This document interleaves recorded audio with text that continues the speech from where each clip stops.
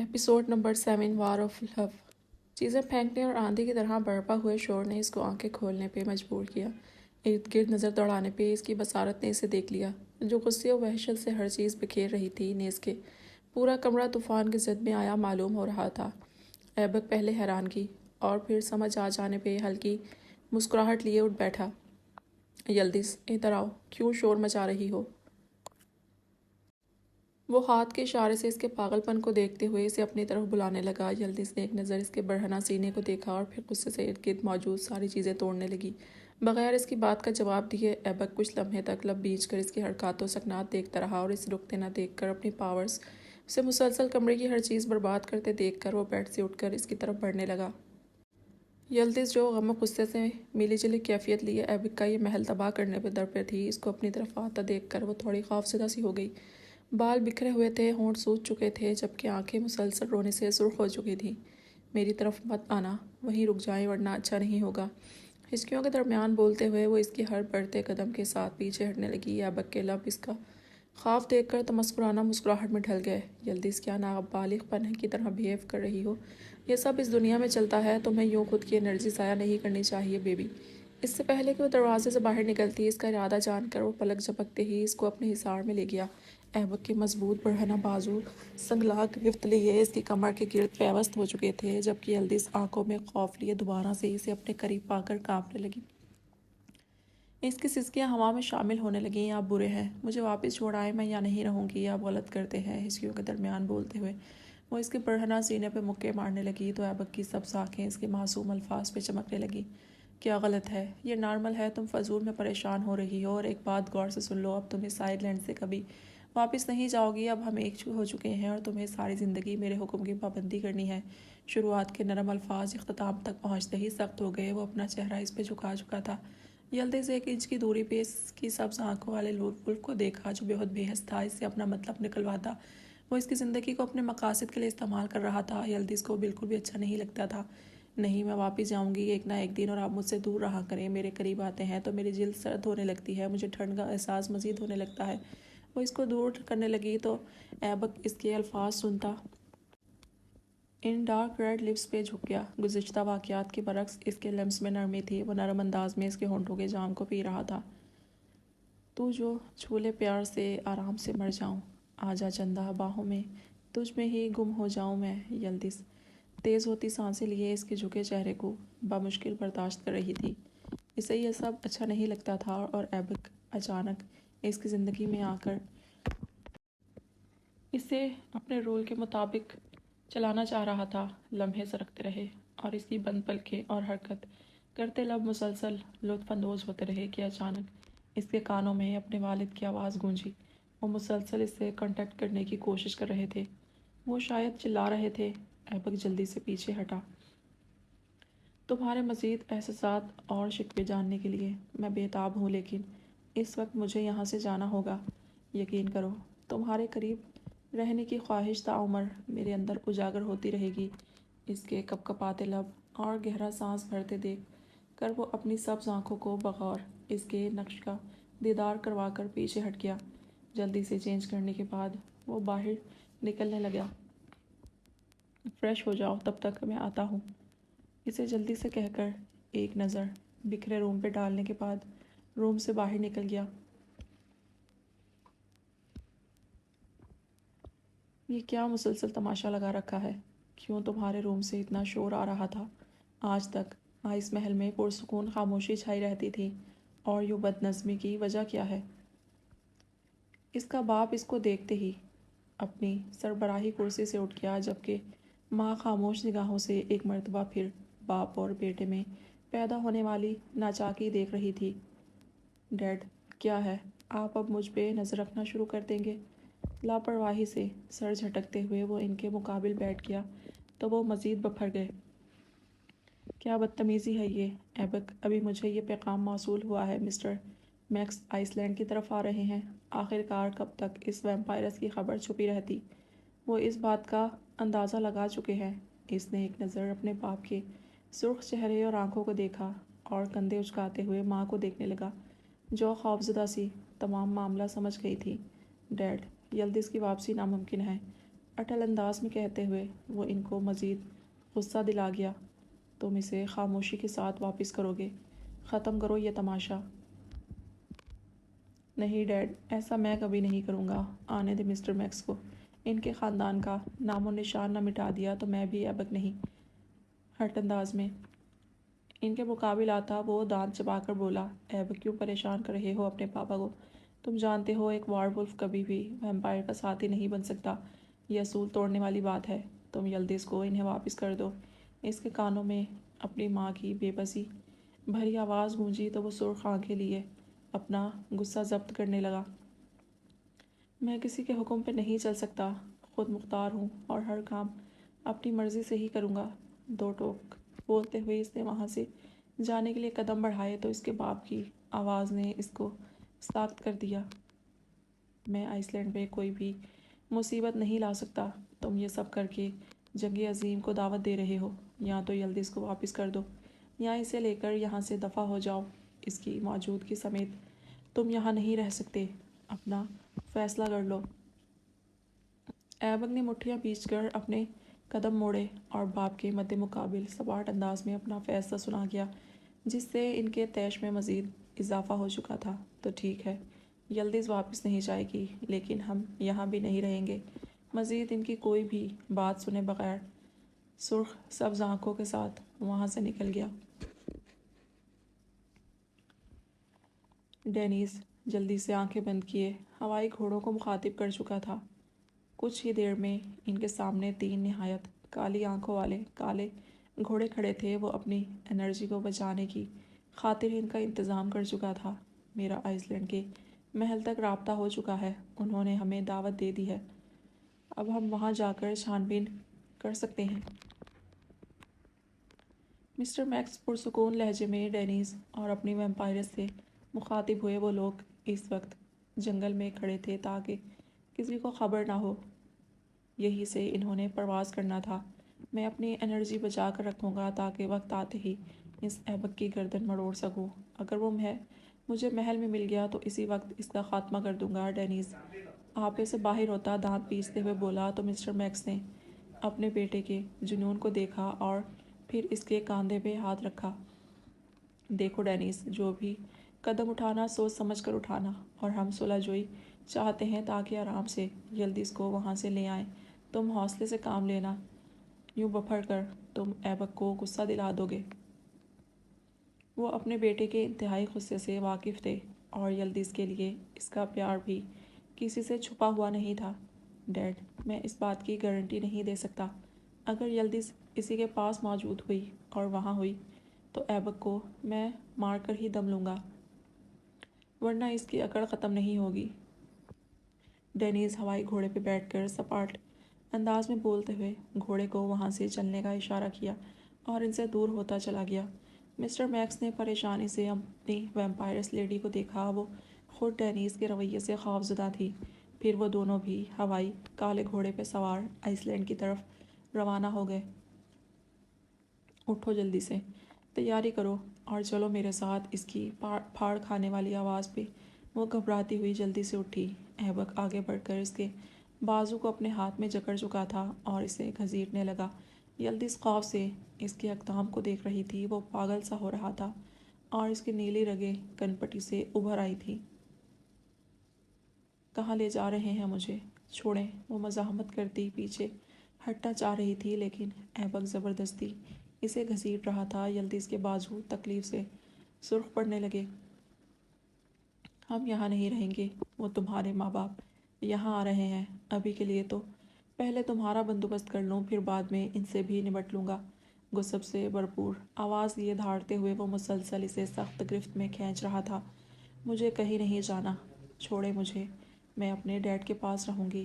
میں نے اپنے والدین کے پاس جانا ہے، چھوڑیں مجھے۔ اس کے مسلسل کھینچنے پہ وہ چلاتی ہوئی مزاحمت کرنے لگی تو ایبک غصے سے اس کی طرف مڑا اور بائیں ہاتھ کا کھینچ کا تھپڑ اس کے رخسار پر پڑا۔ یلدز فک چہرہ ڈبڈبائی آنکھوں سے اس ظالم کو دیکھ رہی تھی۔ اس کی آنکھیں اس کی نہایت سفید رنگت پہ سرخ انگلیوں کے نشان ثبت ہو چکے تھے۔ ٹپ ٹپ آنسو لڑیوں کی صورت اس کی آنکھوں سے بہنے لگے۔ میں بہت غصے میں ہوں، چپ کر کے چلو ورنہ اس سے بھی برا پیش آؤں گا۔ انگلی سے اسے وارن کرنے کے بعد وہ پھر سے بری طرح گھسیٹ کر دروازہ پار کر گیا۔ آئس محل سے نکلنے سے پہلے اس کے والدین کا سامنا ہو گیا۔ ایبک نے سپاٹ نظروں سے اپنی ماں کی التجا بھری نگاہوں کو دیکھا اور باپ کو غصے سے بپھڑتے دیکھا۔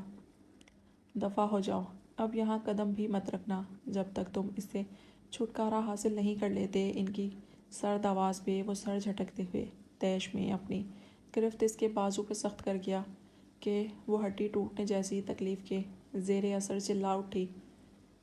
چلو، وہ اسے گھسیٹ کر آئس محل پار کر گیا تھا۔ ٹھنڈی ہواؤں نے یلدز کی ریڑھ کی ہڈی کو چٹکا، وہ سرد پڑنے لگی۔ کچھ ہی دیر میں بیرونی سائڈ پہ ہیز کا اس سے سامنا ہو گیا۔ ہیز نے ایک نظر ابتر حالت میں یلدز کو دیکھا اور پھر جلدی سے نظروں کا زاویہ بدل لیا۔ ایبک نے گھور کر اس کی حرکت برداشت کی۔ زمین پہ آپ لوگوں کے رہنے کا انتظام کر دیا ہے، یہ اپارٹمنٹ کی چابی ہے۔ یہ نقشہ اس کے مطابق آپ اسکول سے کچھ فاصلے پہ رینٹ پہ رہنے والے گھر میں رہیں گے اور کرایہ بھی ادا کر دیا گیا ہے۔ ہیز نے اس کو تمام حالات بتانے لگا۔ تمہارا بہت شکریہ ہیز۔ کافی لمحے بعد اس کے چہرے پہ اطمینان چھایا تھا اور وہ یلدز کو چھوڑ کر ہیز کے گلے لگ گیا۔ وہ اس کا بہت ممنون تھا جس نے اس کی ہر مشکل وقت میں مدد کی تھی، اور اب بھی اس نے ہیز کو سارا معاملہ سمجھا کر زمین پہ حکم دے کر بھیجا تھا۔ یلدز شاکڈ سی اڑی رنگت لیے ہیز کو یکٹک دیکھ رہی تھی۔ وہ ایک ویمپائر ہونے کے باوجود اس قدر دغاباز نکلا، اسے یقین نہیں آ رہا تھا۔ پرمسرت لہجے میں اس سے ملنے کے بعد وہ پیچھے ہٹا تو اس کے چہرے پہ ہلکی سی مسکراہٹ اور سکون تھا۔ یلدز ابھی تک حیرانگی کے عالم میں یہ سب نظارہ دیکھ رہی تھی۔ ہیز، یلدز نے ٹکتے ہوئے اسے پکارا تو ہیز نے چونک کر اس کی طرف متوجہ ہوا اور اس کی سنہری آنکھوں سے ابھرتے سوالات پہ نظریں چرا گیا۔ مجھے یقین نہیں آ رہا آپ اپنے ویمپائر لینڈ کو دھوکہ دے سکتے ہیں، وہ مایوس کن اور نہایت افسردہ لہجے میں اس سے مخاطب تھی۔ ہیز نے نظریں چراتے ہوئے ایبک کو دیکھا جو آنکھیں بند کرتے ہوئے اسے چپ رہنے کا اشارہ کر گیا۔ جواب دیں مجھے، آپ نے ایسا کیوں کیا؟ اپنے ہی ساتھیوں سے دھوکہ دہی؟ اس کے کسی بھی سوال کا جواب ہیز کے پاس نہیں تھا۔ یلدز، میری جان، کیا یہ کافی نہیں ہے کہ ہم دونوں بہت گہرے دوست ہیں اور ہیز میری ہر کام میں مدد کرتا ہے؟ میں اس کا بہت زیادہ مشکور ہوں۔ وہ بھاری گمبھیر آواز میں مسکراتے ہوئے یلدز کو دیکھ رہا تھا۔ یلدز خاموش ڈبڈبائی نگاہوں سے ایبک کے چہرے کو دیکھ رہی تھی۔ اس کا دل کیا وہ نوچ ڈالے اس کی یہ حسین مسکراہٹ۔ چلو چلیں یہاں سے، پرواز کرنے کا وقت ہو گیا ہے۔ اب پتہ نہیں کب آئس لینڈ پہ آنا پڑے۔ وہ ایک نظر برف پوش ہوئی چیزوں کو دیکھ کر افسردہ سا ہوا تھا اور پھر سفید بڑے وار ولف کی شکل اختیار کر گیا۔ یلدز خوف سے پیچھے ہٹی تو وہ اس پر جھپٹ کے اسے اپنے حصار میں جکڑ گیا۔ پھر تیز بجلی سی رفتار سے وہ زمین کی طرف روانہ ہوا۔ یلدز کی چیخیں آسمانوں سے باتیں کرنے لگیں جبکہ ایبک مسلسل تیز رفتار سے اپنی منزل کی طرف روانہ تھا۔ یلدز اس کے نرم سفید لمبے بالوں میں قید تھی۔ وہ اسے کسی روئی کی طرح نرم سے روح کو بھلا محسوس کروا رہے تھے اور گرمائش اس کے وجود میں منتقل ہو رہی تھی۔ چل ہاتھ ملا، جو بیت گئی سو بیت گئی، جو درد تھا سہنا سہ ہی لیا، اب بھول کے پچھلی باتوں کو میرا ساتھ نبھا، چل ہاتھ ملا۔ تمہیں پتہ ہے آج کل اسکول میں کیٹ واک کا فنکشن منعقد ہو رہا ہے؟ لیزا اس کو کلاس ورک کرتے ہوئے دیکھ کر کہا تو وہ پینسل ڈیسک پہ رکھتے لیزا کو نہ سمجھی سے دیکھنے لگی۔ تم اتنے دن اسکول نہیں آئی تو تمہیں اس بارے میں معلوم نہیں، لیکن یہ ہر سال ہوتا ہے۔ اوہ، تو کیا یہ سالانہ تقریب ہے؟ ہینڈی نے اپنی اینک ٹھیک کرتے ہوئے اس کی طرف دیکھ کر کہا۔ ہاں، ویسے تو اس تقریب کو مینج فیشن ڈیزائننگ ڈپارٹمنٹ کرتے ہیں، لیکن اس میں حصہ سارے اسکول والے لیتے ہیں اور انہیں اپریشیٹ بھی کرتے ہیں۔ اسکول کے ہر کلاس کا بچہ حصہ لیتا ہے۔ میں بھی ایمری کے ساتھ جوائن کرنے کا سوچ رہی ہوں، تم بھی اپنا نام لکھوا دو۔ ہینڈی نے اس کی بات کو دھیان سے سنا، پھر پینسل اٹھا کر دوبارہ سے کاپی پہ جھک گئی۔ میرا فیشن ڈیزائننگ وغیرہ میں دلچسپی نہیں، ویسے بھی مجھے آج کے فضول فیشن پسند نہیں ہے۔ اوہو، تم بہت بورنگ ہو یار، قسم سے پارٹیسپیٹ کر لو۔ سننے میں آ رہا ہے فائنل کپل کو سلیکٹ کریں گے، پھر یہ تقریب بڑے پیمانے پہ منعقد ہوگی اور تمام اسکولوں کے درمیان مقابلے میں جیتنے والے کو پرائز بھی دیا جائے گا۔ ہینڈی پرائز کے نام پہ ساکن ہو گئی۔ وہ واقعی اس مقابلے میں حصہ لے سکتی تھی اگر اس کو بھی کوئی کپل لڑکا مل جاتا، اور ویسے بھی پیسوں کی اسے سخت ضرورت تھی۔ وہ نہیں چاہتی تھی کہ اس کے ڈیڈ کو تمام خرچہ اٹھانا پڑے، وہ خود بھی کچھ کر کے دکھانا چاہتی تھی۔ اگر میں حصہ نہ لیتی تو ایمبرے کو کہہ دیتی وہ تمہارے ساتھ آ جاتا، لیکن ابھی تمہیں کوئی پارٹنر ڈھونڈنا پڑے گا۔ اگر کہتی ہو تو میں ایمبرے سے بات کرتی ہوں اس متعلق۔ اینڈی کو پرسوچ انداز میں دیکھ کر لیزا نے مزید وضاحت دی اور ساتھ ہی مدد کرنے کا بھی فیصلہ سنا دیا، تو اینڈی نہ چاہتے ہوئے بھی اس کی بات مان گئی۔ ایکسکیوز می، آپ دونوں کھڑی ہو جائیں۔ تبھی پروفیسر کی آواز پہ وہ دونوں چونک گئی۔ انہیں پتہ بھی نہیں چلا وہ کب سے ایک دوسرے سے گفتگو کر رہی تھی۔ اب ٹیچر نے ان لوگوں کو اٹھا دیا۔ آپ دونوں یہاں آ کر اپنا کلاس ورک چیک کروائیں۔ میں کب سے آپ دونوں کو گفتگو کرتے دیکھ رہا ہوں، جبکہ کلاس میں یوں بولنے کی اجازت نہیں ہے۔ پروفیسر صاحب نے انہیں ڈانٹتے ہوئے اپنے پاس بلایا تو ہینڈی خوفزدہ سی کھڑی ہو گئی، جبکہ لیزا بھی ڈر سے اس کی طرف دیکھنے لگی۔ پھر دونوں ہی پروفیسر کی طرف چلی گئیں۔ انہوں نے ہینڈی کے کمپلیٹ کلاس ورک پہ نظر دوڑائی اور خاموشی سے اسے واپس کر دی، جبکہ لیزا نے خالی کاپی سامنے کی تو وہ ڈانٹتے ہوئے اسے ہوم ورک کے لیے 30 مرتبہ ریپیٹ لکھنے کا کہہ دیا تو وہ دکھی سی منہ بناتے ہوئے واپس آ گئی۔ بڑی چالاک ہو، کلاس ورک کمپلیٹ کب کیا تھا؟ وہ ہینڈی سے مخاطب ہوئی تو اسے چشمے کے پیچھے چھپی نیلی آنکھوں سے دیکھ کر رہ گئی۔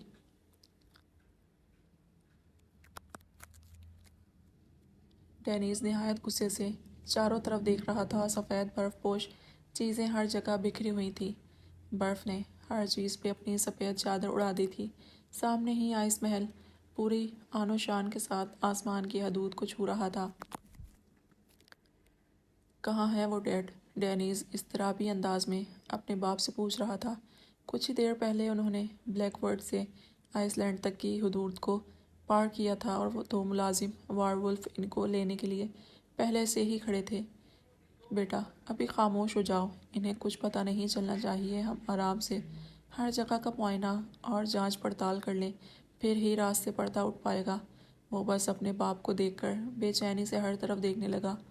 اسے خود پہ ضبط کھوتا محسوس ہوا۔ اس میں اتنا حوصلہ اور صبر نہیں تھا کہ وہ اس سب کو خاموشی سے تا دیر برداشت کرتا رہتا۔ ڈیڈ پلیز جلدی سے یلدز کو ڈھونڈ لائیں، ورنہ مجھ سے کچھ برا ہو جائے گا۔ وہ سپاٹ انداز میں ان سے مخاطب ہوا۔ اس وقت وہ محل کی طرف جا رہے تھے۔ کچھ ہی دیر بعد وہ آئس محل تک پہنچ گئے۔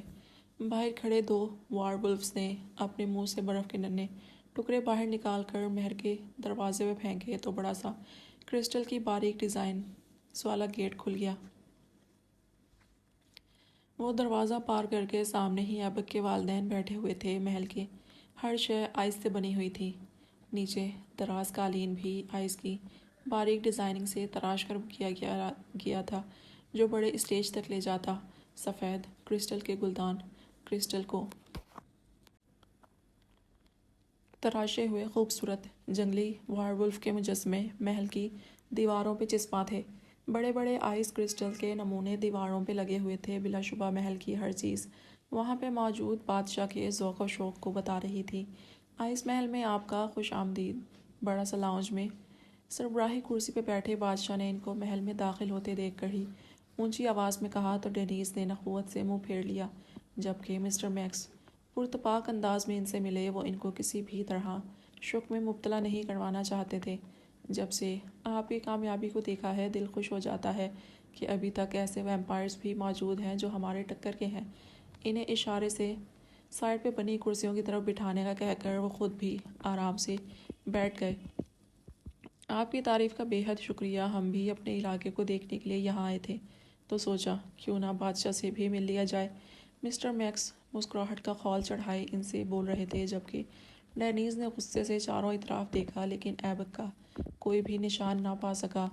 آپ کا بیٹا نہیں نظر آ رہا، کہاں ہے وہ؟ پرنس چارم مسٹر میکس نے ان کی طرف دیکھتے ہوئے کہا تو ایبک کا باپ گڑبڑا کر اپنی ہمسفر کو دیکھنے لگا، جو خود بھی تھوڑا پریشان تھی۔ وہ ابھی باہر نکلا ہے، بس آتا ہی ہوگا، ایبک کی ماں نے جلدی سے جواب دیا، جبکہ باپ خاموش تھا۔ اسے یقین ہو چلا تھا کہ ان لوگوں کو مکمل ایبک پر شک ہو چکا ہے۔ دوسرا، وہ ڈینیز کا بار بار انگلیاں چٹکانا، مٹھیاں بیچنا اور پھر سرخ عقابی آنکھوں سے چاروں اطراف جھانکنا ان کے اندیشے کو سچ ثابت کر رہا تھا۔ ڈیڈ، مجھے جانے دیں، میں محل کا چپا چپا چھان مار کر اسے ڈھونڈوں گا۔ گہری سانس لیتے ہی ڈینیز اپنے باپ کے کان میں سرگوشی کرنے لگا، کیا کوئی مسئلہ ہے؟ آپ لوگ پریشان لگ رہے ہیں، دوربینی کی طرح مشاہدہ کرتے بادشاہ نے ان سے کہا، تو وہ بامشکل مسکراتے ہوئے بولے، نہیں بس ڈینیز محل کی تعریف کر رہا تھا، بہت خوبصورتی سے سجایا گیا ہے، کیا یہ گھوم کر محل کو دیکھ لے؟ مسٹر میکس کی چاپلوسی ڈینیز کو ذرا برابر بھی نہیں بھائی تھی۔ ہاں ہاں، کیوں نہیں؟ ان کے کہتے ہی ڈینیز وہاں سے چلا گیا۔ کئی دفعہ چھان بین کرنے پہ بھی اسے کسی چیز کا سراغ نہ ملا تو وہ پیر پٹکتے ہوئے واپس آ گیا۔ اسے اپنے باپ پہ بھی انتہائی غصہ آ رہا تھا، جو یوں یلدز کو چوری چھپے ڈھونڈا نہیں جا سکتا تھا۔ وہ صاف صاف بات کیوں نہیں کر رہے تھے؟ آخر کب تک اس معاملے کو یوں رازداری سے ڈیل کیا جاتا؟ یلدز کہاں ہے؟ غصہ ضبط نہ کرتے ہوئے وہ دھاڑتے ہوئے لاؤنج میں دوبارہ پہنچ گیا۔ وہ غصے سے ان کے مقابل کھڑا ہو گیا۔ مسٹر میکس نے لب بھینچ کر اپنی ویمپائرس کو دیکھا، جو خود بھی پریشان سی اٹھ کھڑی ہوئی تھی۔ بادشاہ کو یوں ڈینیز کی صاف گوئی پہ حیرانگی ہوئی اور وہ جلدی سے اٹھ گئے۔ کیا مطلب ہے؟ یہ ہم پہ سراسر الزام ہے، کون سی یلدز؟ اور اس کا یہاں کیا کام؟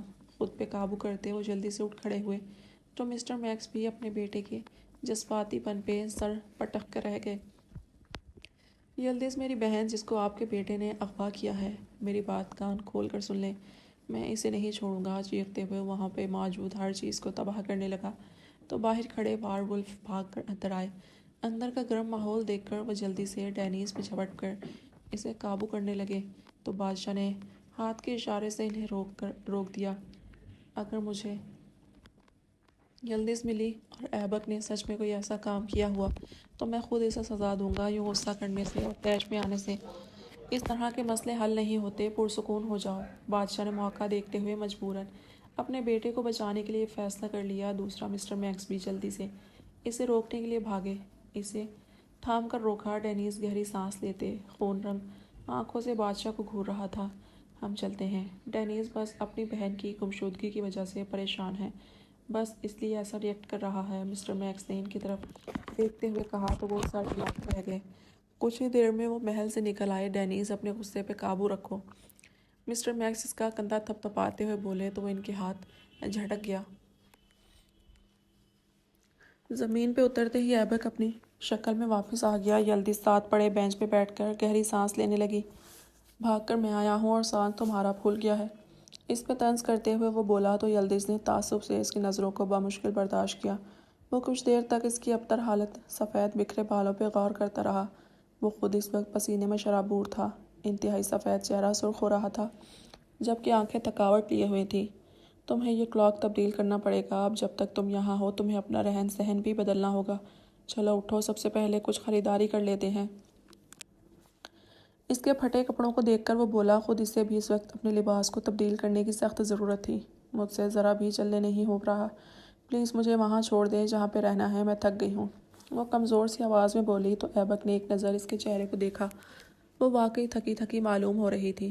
اس وقت شام کے 7 بج رہے تھے اور روشنی نہ ہونے کی وجہ سے یلدز آرام سے بیٹھی ہوئی تھی، ورنہ سورج کی روشنی آئس لینڈ اور بلیک ورڈ میں نہیں آتی تھی، جس کی وجہ سے ان کی زندگی وہاں بسر ہوتی تھی۔ یلدز کو یہ سب انتہائی مشکل لگ رہا تھا، وہ یہاں پہ گزارا کیسے کرے گی؟ آؤ پہلے تمہیں گھر چھوڑ دوں۔ اچانک اس کے مضبوط ہاتھ یلدز کے گرد حائل ہوئے تو وہ گڑبڑا کر اسے دیکھنے لگی، لیکن اس کا چہرہ بے تاثر تھا۔ یلدز نے تیز دھڑکتے دل کے ساتھ خود کو اس کے ہاتھوں میں معلق پایا۔ وہ آرام سے چلتا ہوا سڑک کنارے بہت بھلا لگ رہا تھا۔ اس کے ہاتھ اس کی گردن کے گرد حائل تھے۔ چاند کی روشنی نے اس مغرور شہزادے کی ناک کو مزید روشن کر رکھا تھا۔ اس کا چہرہ تھکن کے باوجود انتہائی خوبصورت لگ رہا تھا۔ کیا غور سے گھور رہی ہو؟ اس کا چہرہ سامنے کی طرف تھا، لیکن پھر بھی یلدز نے اس کی باریک بینی پہ داد دی تھی اور سٹ پٹا کر اپنا منہ نیچے کر لیا۔ جب میں تمہارے قریب آتا ہوں اور تمہارا دل تیز رفتار سے دھڑکتا ہے، قسم سے تمہیں کچا چبا جانے کو دل کرتا ہے۔ اس کی دھڑکنوں کی لے پہ وہ سرگوشی میں بولا تو یلدز چاہتے ہوئے بھی اپنا جھکا سر نہ اٹھا سکی، بلکہ آہستہ سے اپنی لمبی پلکوں کو بند کر کے سنہری آنکھیں چھپا گئی۔ ایبک نے مسکراتے ہوئے اس کے جھکے سر کو دیکھا اور پھر اپارٹمنٹ تک پہنچ گیا۔ اندر داخل ہوتے ہی وہ پاؤں سے دروازہ بند کرتے ہوئے اپنے روم میں چلا گیا اور اسے بیڈ پہ لٹا دیا۔ وہ کب نیند کی وادی میں چلی گئی تھی اسے خبر نہ ہو سکی، اور وہ آرام سے اس کے چہرے پہ بکھری لالی کو دیکھتا رہا۔ اس کا نشہ بہت برا ہے، مجھے اس کی لت نہ لگ جائے، جبکہ یہ صرف بدلہ ہے۔ وہ اس کے چہرے پہ اطمینانیت چھلکتی دیکھ رہا تھا اور سائڈ پہ بیٹھا ہوا تھا، پھر آہستہ سے جھک کر اس کی پیشانی پہ اپنے ہونٹ رکھ گیا اور جلدی سے اس سے دور ہو کر باہر نکل گیا۔ میں تیرے ساتھ گزارے پلوں کا سوچوں گا، خزاں میں جب بھی بہاروں کی بات ہوگی۔ میں نے اپنی میٹ کے لیے کچھ خریدنا ہے اور مجھے آج کل کے لحاظ سے کچھ کلاک چاہیے۔ وہ وہاں کھڑا سیلر بوائے سے مخاطب تھا، جبکہ وہ بوائے عجیب نظروں سے اس کی زبان کو سن رہا تھا۔ ایبک نے اس کی آنکھوں میں ناسمجھی دیکھ کر جلدی سے آئی کانٹیکٹ کیا اور ان کی زبان کو پڑھ کر سارا ڈیٹا ٹرانسفر کر لیا۔ سیلر بوائے اپنا سر جھٹک گیا، جیسے کسی خواب سے جاگا ہو، اور اس کی طرف سوالیہ نگاہوں سے دیکھنے لگا۔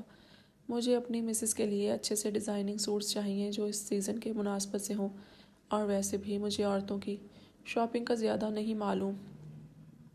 وہ بولا تو سیلز مین جلدی سے سر ہلاتے ہوئے اسے مختلف کلر چیک کروانے لگا۔ اسے زیادہ سمجھ تو نہیں آئی، لیکن وہ ہر سوٹ پیک کرواتا گیا۔ وہ ان کلرز میں کیسی لگے گی؟ اس کی آنکھوں میں اس حسین مورت کی شبیہ اتر آئی جو ہمیشہ کالا کلاک ہی پہنتی تھی۔ سر، میرے خیال سے آپ کو اپنی بھی شاپنگ کرنی چاہیے۔ مانا کہ آپ کو اپنی وائف سے بے حد پیار ہے، لیکن اپنی بھی کیئر کریں۔ سیلز مین کی بات پہ وہ سوچ سے باہر آیا اور اسے دیکھا جو عجیب نگاہوں سے اس کے کپڑے دیکھ رہا تھا۔ اوہ ہاں، کیوں نہیں؟ اس کی ہاں میں ہاں ملاتے اس نے اپنے بھی کپڑے خرید لیے، کئی کلرز کی شرٹس اور پینٹس۔ انسان بھی کتنے عجیب ہیں، وہ سوچ کر رہ گیا، اور اب زمین پہ رہتے ہوئے اس کو ان کے مطابق چلنا پڑنا تھا، ورنہ ان کی زندگی کو خطرہ ہو سکتا تھا۔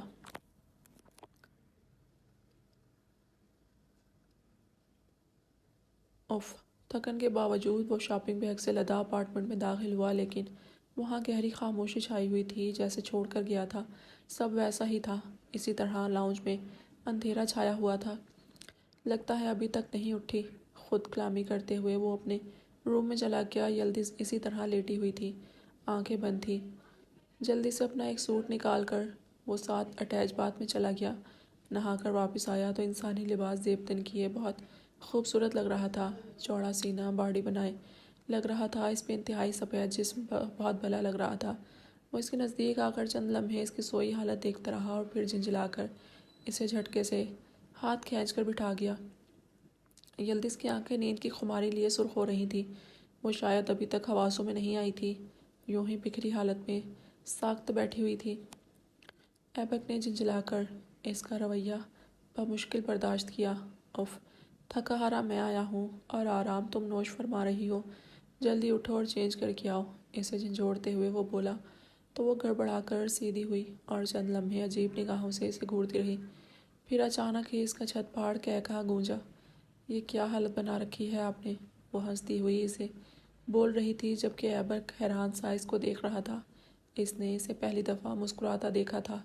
وہ ہنستی ہوئی انتہائی سفید چہرے پہ سفید ننھے ننھے دانتوں کے ساتھ قطار لیے بہت خوبصورت لگ رہی تھی۔ ایبک نے اس کی مسکراہٹ پہ پہلی دفعہ خود میں ہلچل پائی تھی، اور پھر جذبات کی روح میں بہتا اسے اپنے قریب کر گیا۔ یلدز کی ہنسی کو وہ اپنے ہونٹوں سے چن رہا تھا اور وہ مسکرانے پہ پچھتائی۔ اسے نہیں معلوم تھا کب وہ اس کے قریب ہونے کی تمنا کرتا ہے، شاید وہ ان لمحوں کو روک دیتی، لیکن اس کا دل اپنی منمانی کرتا آیا تھا۔ اسے خود میں اتارتے ہوئے اچانک اس کا لمس سخت ہو گیا اور یلدز کی آنکھوں سے آنسو بہہ نکلے۔ وہ ہاتھوں سے اسے دور کرنے لگی۔ ایبک نے بامشکل خود پہ قابو پاتے ہوئے اس سے دور ہوا اور اس کے ہونٹوں سے انتہائی بلیک بلڈ کو بہتا دیکھا۔ وہ اپنے انگوٹھے سے بلڈ صاف کر گیا، جبکہ یلدز نے بہتی آنکھوں سے اس ظالم سے شکوہ کیا تھا۔ کچھ ہی دیر میں اس کا زخم خود بخود ٹھیک ہو چکا تھا۔ چلو اٹھو، مجھے معلوم ہے انسانی لباس میں میں جوکر لگ رہا ہوں، لیکن اب ہم نے یہیں رہنا ہے تو عادت ڈال لو، اور یہ لو جا کر چینج کر کے آؤ۔ اسے اس کا لباس پکڑاتے ہوئے وہ بے حس لگ رہا تھا، شاید وہ اپنے کیے پہ کبھی بھی شرمندہ نہیں ہوا تھا۔ یلدز نے ایک نظر اس کے نم بالوں کو ماتھے پہ بکھرا دیکھا، گہری سبز آنکھیں، ہلکی داڑھی لیے اس کا حسین چہرہ تھکا ہوا لگ رہا تھا۔ بلیک پینٹ پہ وائٹ شرٹ پہنے وہ خاصا ہینڈسم لگ رہا تھا۔ یلدز نہ چاہتے ہوئے بھی اٹھ گئی اور کچھ ہی دیر بعد وہ چینج کر کے باہر آئی تو وہ آنکھیں بند کیے بیڈ پہ لیٹا ہوا تھا۔ اس کی آنکھیں بند تھیں اور چہرہ نہایت معصوم لگ رہا تھا، لیکن یہ تو یلدز ہی جانتی تھی کہ وہ جاگتا ہوا کتنا جن جیسا لگتا تھا اور اسے ہمیشہ ڈرائے رکھتا تھا۔ وہ آہستہ قدموں سے چلتے ہوئے سائڈ پہ چھوڑی جگہ پہ بیٹھ گئی۔ اس کے سفید و سنہرے نم بال کمر پر پھیلے ہوئے تھے۔ اب وہ پرسکون تھی، ایک جن آرام کر رہا تھا اور وہ آزاد تھی۔ اس نے بمشکل گہرا سانس لیتے ہی نیم دراز ہونے کا سوچا، لیکن اس کی سوچ ایک پایہ تکمیل تک پہنچتی تھی۔ جھٹکے سے اس کی کلائی سخت گرفت میں آتے ہی اسے کھینچ کر وہ اپنے قریب کر گیا۔ ایبک نے گہری نگاہوں سے اس کے گلابی حسن کو دیکھا۔ پنک فراک میں وہ پریوں جیسا حسن رکھتی تھی۔ وہ اس کی نزدیکی پہ خود کو سن سا محسوس کرنے لگی۔ اس کے حسین چہرے پہ خوف نظر آنے لگا۔ ایبک نے اپنے اوپر جھکے اس کے وجود کو پلٹا کر مخالف سمت کر دیا۔ اب وہ بیڈ پہ بکھرے اس کے وجود پہ جھکایا تھا۔ تم میری طرف دیکھ کر ہنس رہی تھی، لیکن یہ مت سوچ دینا میں بھی تمہارا مذاق اڑاؤں گا، بلکہ تمہاری معلومات کے لیے عرض ہے کہ میں اس کے متضاد کرنے کا سوچ رہا ہوں۔ وہ اس کے چہرے کو دیکھتا سنجیدگی سے گویا ہوا اور نرمی سے ہاتھ کی پشت سے اس کا گال سہلانے لگا۔ یلدز اس کے ہاتھ کی گداز لمس پہ اپنا خشک ہوتا گلا تر کرنے لگی۔ اس کی بیوٹی بون ابھر کر معدوم پڑی اور ایبک کی نگاہ کرم اس پہ ٹھہری۔ اپنے ہاتھ کو اس کے گیلے بالوں میں پھنسا کر وہ اسے اونچا کرتا اس کی شہرک پر جھک گیا۔ یلدز کی سنہری آنکھیں پوری طرح کھل گئیں۔ مجھے معاف کر دیں، آئندہ مذاق نہیں کروں گی، مجھے جانے دیں۔ وہ اٹکتے ہوئے بمشکل آہستہ آواز میں بولے۔ اس کی سانسیں دھڑکن کے ساتھ ساتھ ہی اس کا لمس باتیں تیز ہو گئی تھی۔ میں نے کہا تھا جب تمہاری دھڑکن کی آواز میرے قریب ہوتے ہوئے تیز تر ہوتی ہے تو میرا دل کرتا ہے تمہیں کھا جاؤں۔ اب پیچھے نہیں ہٹ سکتا۔ سرگوشی میں گنگناتے ہوئے اس کی بیوٹی بون کو چھونے لگے، جبکہ اپنے دوسرے ہاتھ سے اس کی بیک زپ کو کھولتے ہوئے وہ اس کے فراق کے کندھے ڈھلکا گیا۔ یلدز اس کے ہر عمل پہ اپنی سانسیں اور دھڑکنوں کی رفتار تیز سے تیز محسوس کر رہی تھی۔ اس کی فراق کو کھینچ کر دور پھینکتے ہوئے وہ اس کے بڑھنا وجود پہ اپنا مکمل قبضہ جما گیا۔ یلدز خوف اور ڈر سے کانپنے لگی۔ اس کے ہاتھوں کے لمس یلدز کو سمیٹنے پر مجبور کرنے لگے۔ یہ سزا کب ختم ہوگی؟ اس کی سسکی اور سرگوشی پہ وہ مطمئن ہو گیا، جب تک ہمارا ویمبار نہیں آئے گا۔ وہ بہتر جانتا تھا، وہ ہر چیز کے بارے میں بہتر معلومات رکھتا تھا، وہ مستقبل کے ارادے اور عزائم کو بہتر طریقے سے جانتا تھا۔ یلدز اس سب کے بارے میں بالکل بھی نہیں جانتی تھی، اور ایبک اسی بات کا فائدہ اٹھا رہا تھا۔ دنیا میں ویمبار کی پیدائش نے ایک ایسی طاقت کو پیدا کرنا تھا جس کی سختی اور پاور سے شاید ہی کوئی بچ پاتا۔ ایک ایسا کریچر کو ایجاد کرنا تھا جس نے ہر چیز کو اپنے نقش قدم پہ چلانا تھا۔ وہ پاورفل اولاد ایبک کے ماتحت کام کرتی۔ یلدز سسکتے ہوئے خود کا بچاؤ کر رہی تھی، لیکن وہ سختی سے اسے ٹانگوں سے جب پکڑے اس کی مزاحمت روک گیا۔ اس کا سخت لمس جھٹکے کی صورت اس کے وجود میں اترا تھا۔ وہ کراہ کر جتنا اس سے دور جانے کی کوشش کرتی، وہ اتنا ہی اسے اپنے قریب کر جاتا۔ تازہ شیمپو کی خوشبو میں اپنی سانسیں لیتے وہ مسلسل اسے اپنے لمس سے متعارف کروا رہا تھا۔ گیلے بالوں کی مہک ایبک کی پسندیدہ ٹھہری۔ وہ اپنے ہاتھوں سے اس کے وجود کی رہنائیوں کو کھوج رہا تھا اور پھر اپنا چہرہ اس کے سامنے لاتے وہ اس کے درد سے روتے چہرے کو دیکھتا رہا اور پھر اس کے ہونٹوں پر جھکتا چلا گیا۔ رات کی تاریکی نے اس کی ساری تھکاوٹ دور کر دی تھی، لیکن کسی اور کے وجود کو مسمار کر دیا تھا۔ مجھ کو ان آنکھوں کا دکھ ہے جو تجھے چاہتی ہیں میرے دشمن۔ میں تجھے مار کے خوش ہوں ہی نہیں۔